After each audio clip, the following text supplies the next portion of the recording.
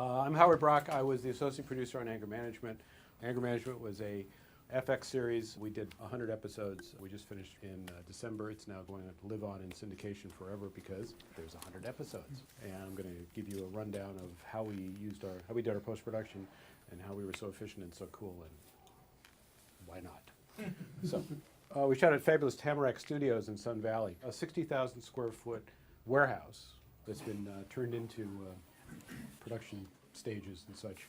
It's at the Lancashire off-ramp of the 5. If you've ever been there, you also know that there's nothing of any value, especially culinary, in that area. We were next to a auto dismantler, a paper shredding plant, and a freeway off-ramp.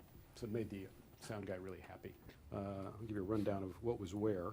There was stage A, which had permanent sets. There was basically a big aisle down the middle and sets on either side. The swing sets were on stage C. That other stage that doesn't have a name was actually used as the mill. The offices held the writers, accounting, art department, that sort of stuff. The ISIS lived next to the men's room.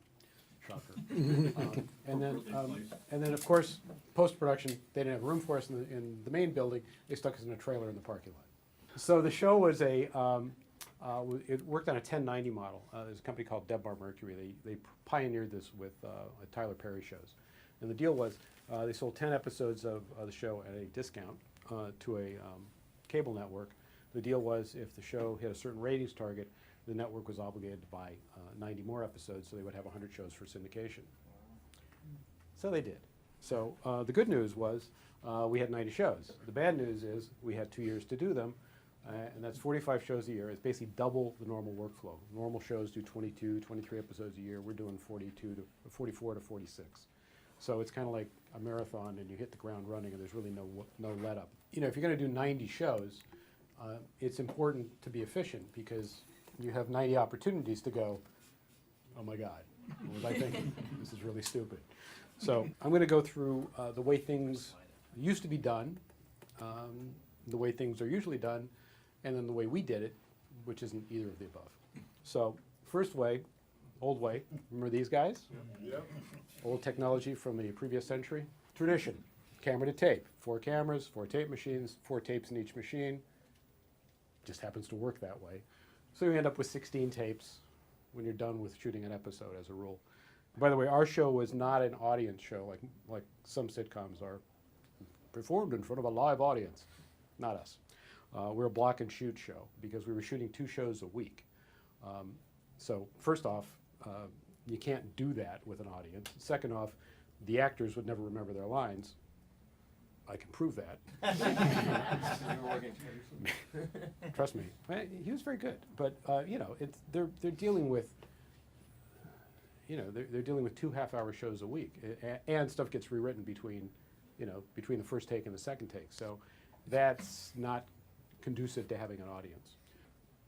So once you get the stuff shot, you do your traditional tape-based ingest, which is how you got to get those 16 tapes played at real time into an Avid. You have to change the metadata because nothing has a scene or take number on it or a camera information. And then usually it goes into DNx36 because, oh my God, it's multicam. We can't do the bandwidth. Oh my God.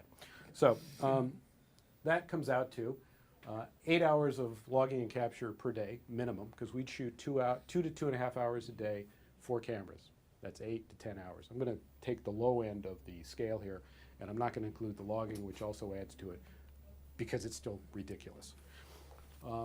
So 90 episodes times 8 hours times 2 days comes out to 1,440 hours, or a massive 36 weeks of digitizing. Not efficient. Not the way we want to go. And the other thing is, you really don't get your dailies until the next day. That's why they're called dailies. They come the next day. So now everybody's doing files. Ooh, new files. That's better. We don't have to use tape. Oh, cool. Okay, good news.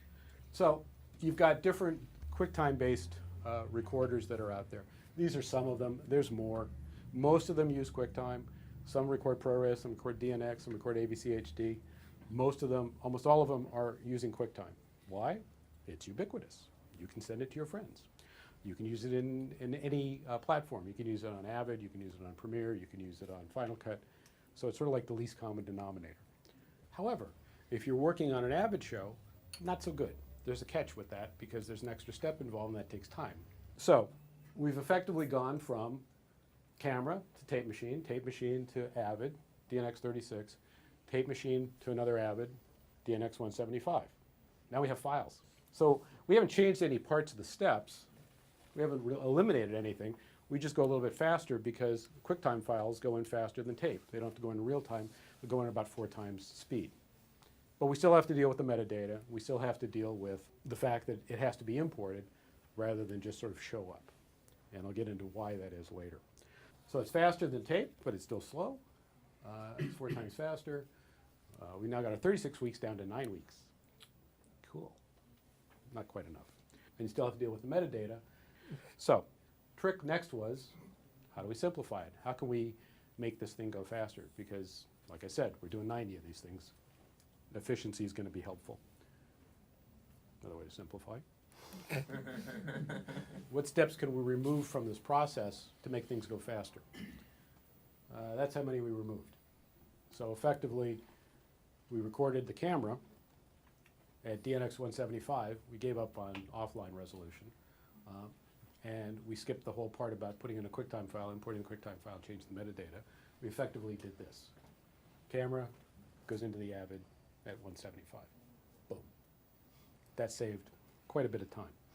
So here is our workflow. The Cinedecks, we used RX models. They're the size, remember those black and white 9-inch monitors everybody used to have back in the last century?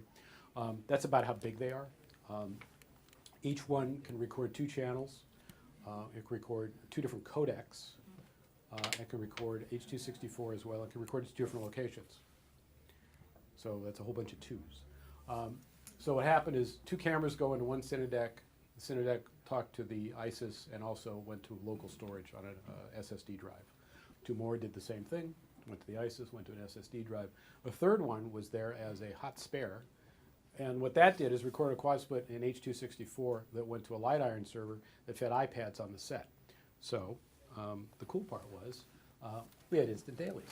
Anybody on set with an iPad and the proper software was able to, they'd have a list of all the scenes and takes with the correct scene and take number, and they could pull it up and play a quad split and see anything they wanted to see. It also gave the crew an excuse to bring their iPads to set so they can watch baseball games and check on scores and emails and stuff like that, because for some reason, every time I went to the set, that seemed to be what they were doing. So every time we would finish a scene, would be check the gate. Anybody know what check the gate is?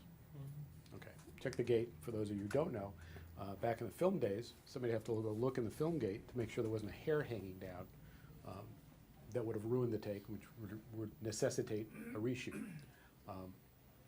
The equivalent in our case is, did we get the media, did everything work okay?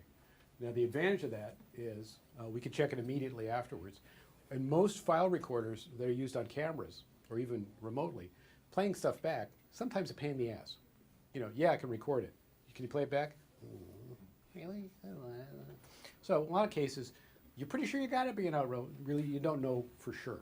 In this case, we'd play anything back whenever we wanted to. Actually, we didn't have to play it back. We'd actually have it in the Avid and know it was there. Yep, it's here. Okay, good. So dailies became minutelies. I'm going to trademark that. Thank you. So there were no surprises, and the sets could be struck immediately after they finished the scene instead of tomorrow. Once the stuff was shot, all we would have to do is literally move the MXF files into the Avid Media Files folder. It would take 30 seconds to 2 minutes for the Avid to index it, depending on how far into the show we were.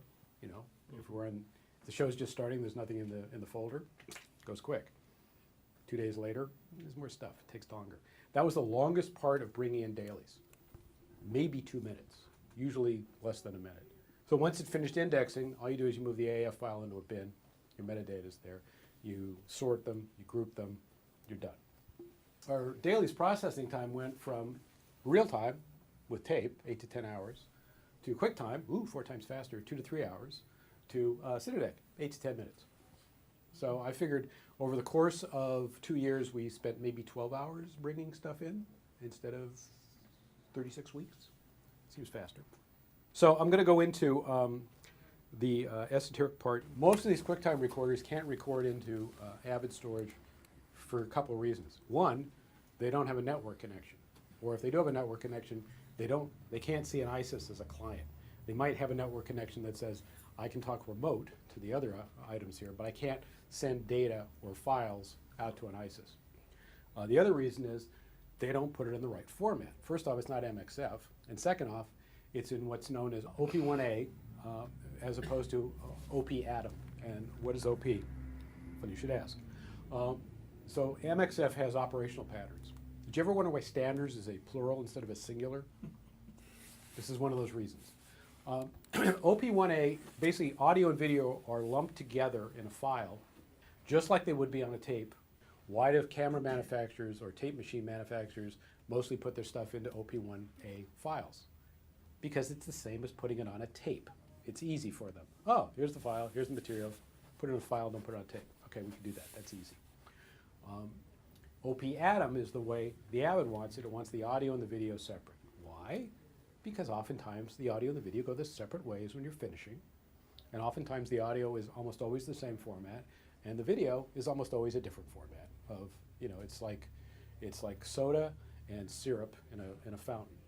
So the syrup would be the codec, you know, ProRes, DNx, H.264, whatever, and the soda is the audio file. It's probably going to be PCM. Okay. So the only file-based system out in the market that records OP Atom files is Panasonic P2. So that's why you could bring in P2 material before AMA existed directly into an Avid without having to go through any extra steps because it was in the right format. And that's kind of critical in terms of how the difference between using QuickTime files as opposed to using MXF native OP Atom files. So we're going to get into wrappers. Wrappers are like containers.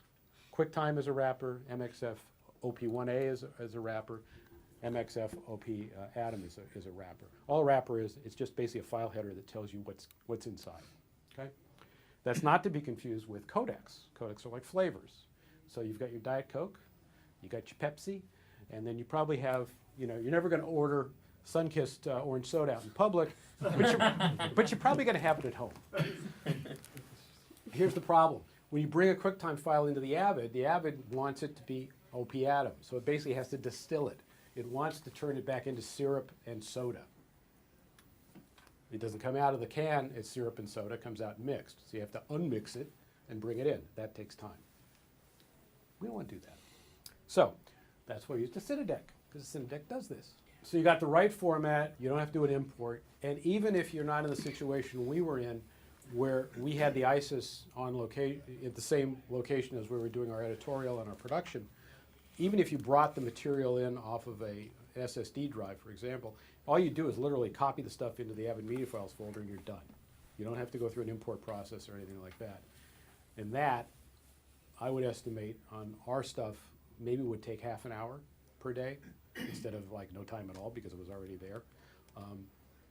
That's still going to be faster than 2 to 3 hours, last time I looked. So the other thing is that the recordist is entering the metadata, the scene and the take number, and each channel on the Cinedeck is set to encode the camera information, and that's added to the clip name. So when the stuff comes into editorial, it's got the scene, the take, the show, and the camera. Nobody has to rename anything. And if you ever had to rename stuff, you would be happy. And we also have a secondary recording on a local drive, so we always have a redundant thing going. Just to give you an idea, 4 HD cam decks, 16 HD cam tapes, and an HD cam and an Avid cost the same as running a Cinedeck. All right, that's a wash. But here's where the savings come. Anybody work as a digitizer on sitcoms? Good. Your job just went away.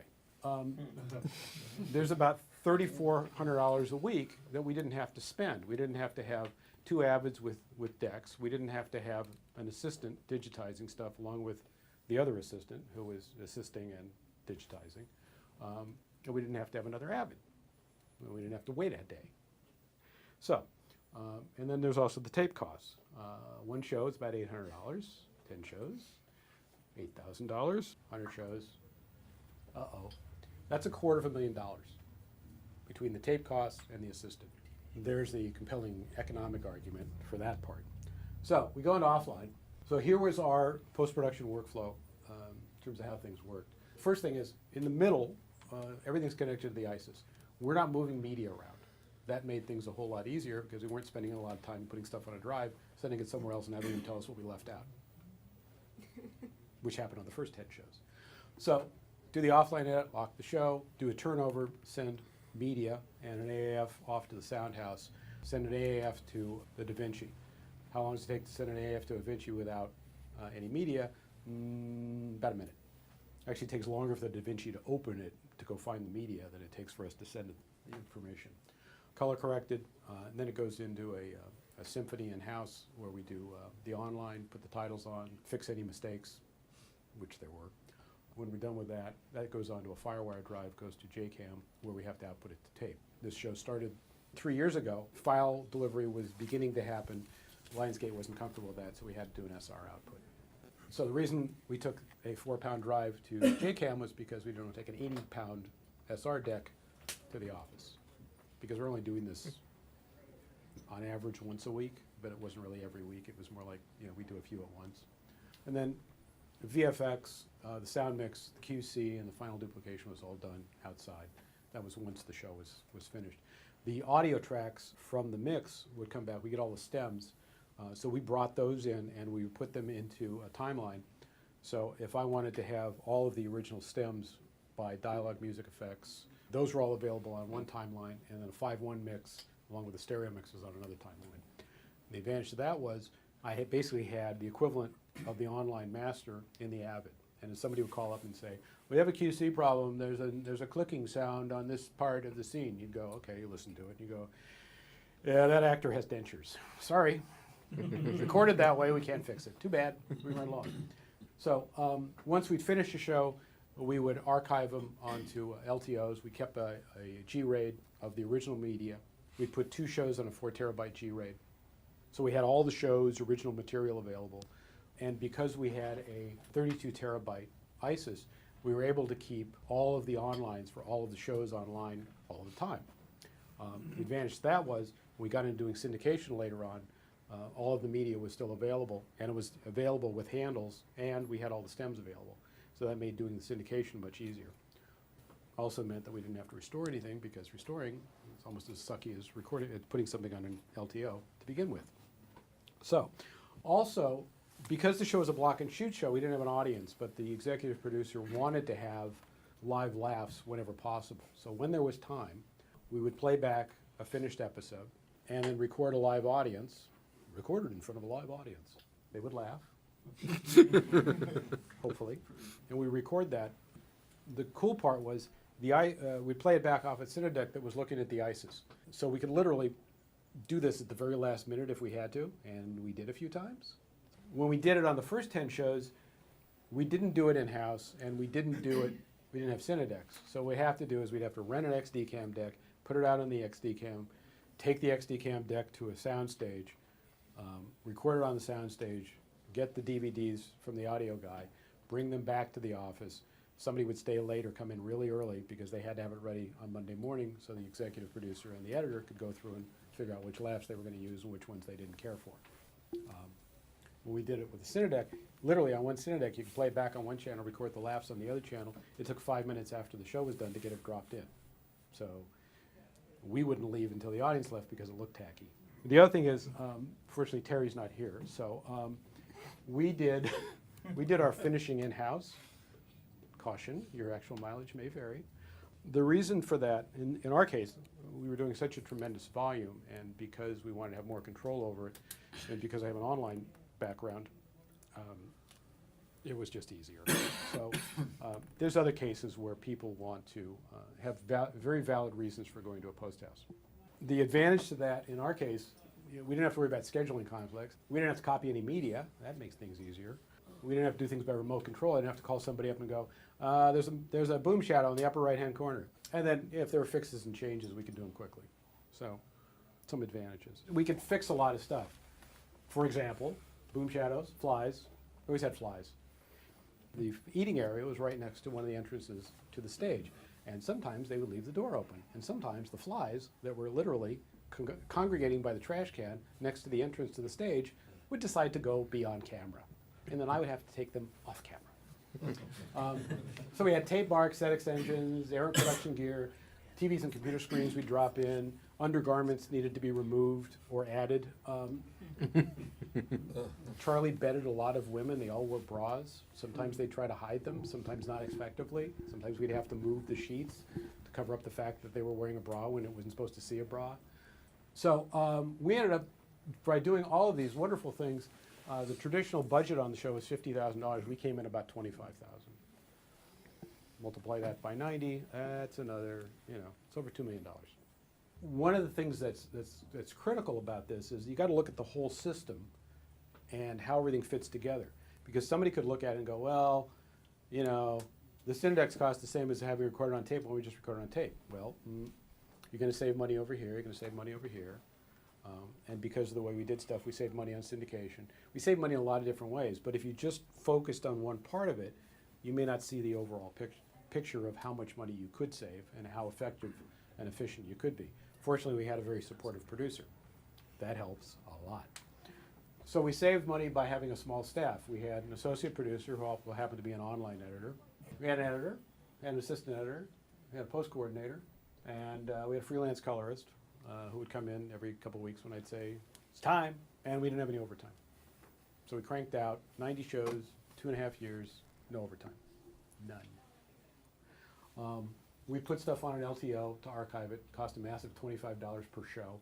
Each show was 800 gigs to 1.2 terabytes. So it would almost invariably fit on one LTO. If it took more than one LTO, that show had problems. And then we get 14 online episodes on an LTO. The ISIS had 32 terabytes. And this is, hats off to JCam here. When we spec'd the show, Lionsgate required us to get bids from other companies. So we said, well, we need a 32 terabyte ISIS. And they went, okay, here you go. And they'd spec it out, and we'd look at it, and we go, that's not gonna work. Because they didn't think about the throughput, all they thought about was the capacity. And you couldn't do it the way they'd expected, which made the decision easy. Because of that, we had enough capacity to keep all 100 episodes online in addition to whatever episodes we were working on. And that became tremendously valuable, especially when we got into syndication. But it also became valuable any other time when somebody goes, I need some clips of Noreen for some show she's doing, and you have to go back 5 shows. It's like, okay, here you go, I got it. Yeah. Or, I have to do a syndication thing. We'll get into that in a little bit. It made syndication much easier because everything we needed was already available. So, and now we're going to get into syndication. Hey, what a segue. When the show went into syndication, we had to pull a minute out of the show, and we also had to deal with make this safe for broadcast content. So take out any sexual innuendo. It's like, have you seen the show? You understand that basically you're telling us to take everything out of the show. Well, just the offensive stuff. Have you seen the show? So usually when you do an online, usually when you do a syndication cut, usually what would happen is they would digitize the finished show, and then they'd have to deal with, well, I've only got 2 tracks of audio, and I've only got this picture, and I don't have any handles and everything else. So it became kind of a pain in the ass and somewhat limited. Also, it meant that usually you sent out your audio and went to a place, back to the sound house, which went, syndication, I love syndication. And they would charge you a boatload of money to conform the show and remix the show. We didn't do any of that stuff. So we had to do some color correction.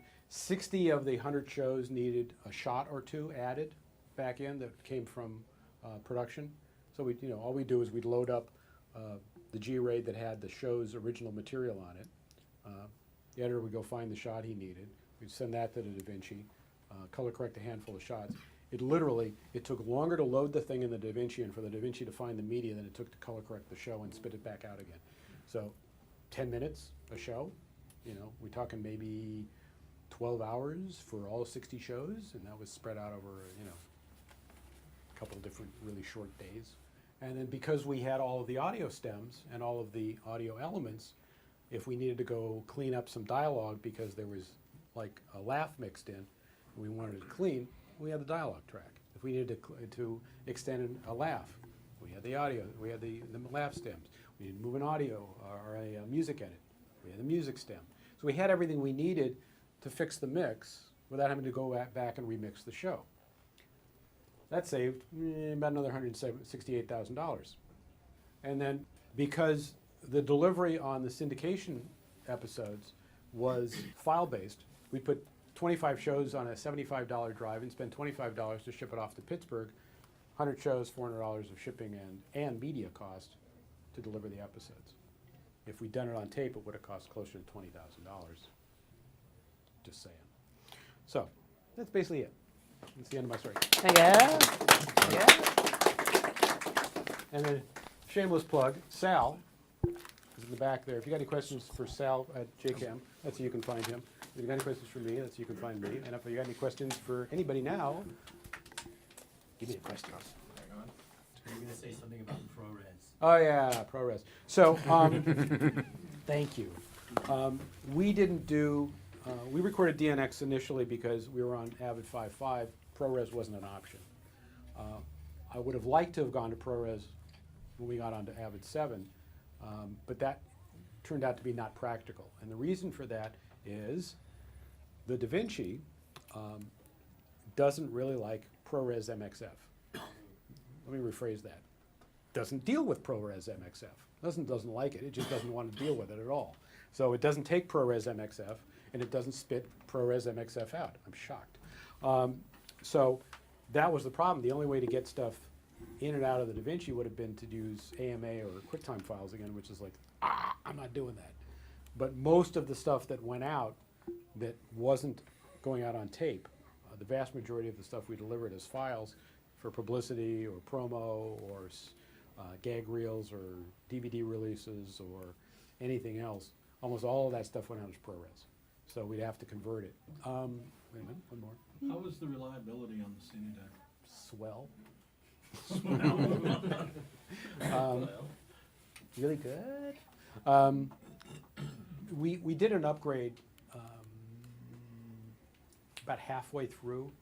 The original Cinedecks used Black Magic cards. There was an upgrade that used Bluefish cards. The problems that we have with the Black Magic cards went away when the Black Magic cards went away. Early on, we thought we'd be clever and record on G-RAIDs instead of on SSDs because they were so much cheaper and we already were going to use them for other purposes. Don't do that. Just don't. Speaking from personal experience, don't do that. Anybody else? All right. Well, if you have any questions about the Cinedecks and JCAM, call Sal. Go call Sal. Just see Sal. He's here somewhere. If you need to reach me, that's my email address. Got any other questions? See me afterwards. Thanks. It was cool.